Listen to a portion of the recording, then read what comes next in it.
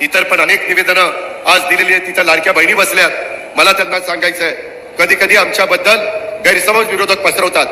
लाडकी बहीण आम्ही दर महिन्याला तुम्हाला 1,500 रुपये देतो. त्याच्यामध्ये मी राज्याचा अर्थमंत्री म्हणून सांगतो, तुमचे जे लाभार्थी माझ्या लाडक्या बहिणी त्या योजनेमध्ये बसतात त्यांना ही योजना कदापि आम्ही बंद करणार नाही. ती आमच्या लाडक्या बहिणींच्या करताय. तुम्हाला त्याच्यातनं मदत होते. उलट आम्ही त्याच्यात नवीन प्रस्ताव आणलेला आहे. काही बँका पुढे आणलेल्या आहेत. नांदेड जिल्हा बँकेशी पण मी बोलीन. काही जिल्हा मध्यवर्ती सहकारी बँका चांगल्या आहेत. तिथं आमचे दर महिन्याला 1,500 रुपये त्या भगिनीला जातात. त्याच्याऐवजी त्या भगिनीला त्यांनी 30 ते 40 हजार रुपये द्यायचे आणि हप्ता त्याच्यातनं त्यांचा जाईल.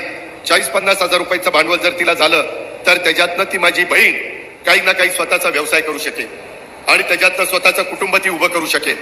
हे होऊ शकतं. महाराष्ट्रात काही बहिणींनी केलंय. मला माझ्या नांदेडच्या, मला माझ्या या चव्हाणवाडीच्या परिसरातल्या बहिणींना सांगायचंय, तुम्ही पण त्या गोष्टीचा विचार करा. मी माझ्या सगळ्या कार्यकर्त्यांना, आमदारांना, माझ्या आमदारांना, पदाधिकाऱ्यांना, माझ्या महिला भगिनींना पण सांगणार आहे की ती कशी योजना आहे. शेवटी किती सांगून प्रश्न सुटत नाही. त्याकरता काही कार्यक्रम द्यावा लागतो आणि तशा पद्धतीचा कार्यक्रम आम्ही लोकांनी दिलेला आहे. त्याचं स्वागत करून आपण त्याचा फायदा घेतला पाहिजे. अशा प्रकारची माझी आपल्याला सगळ्यांना विनंती आहे.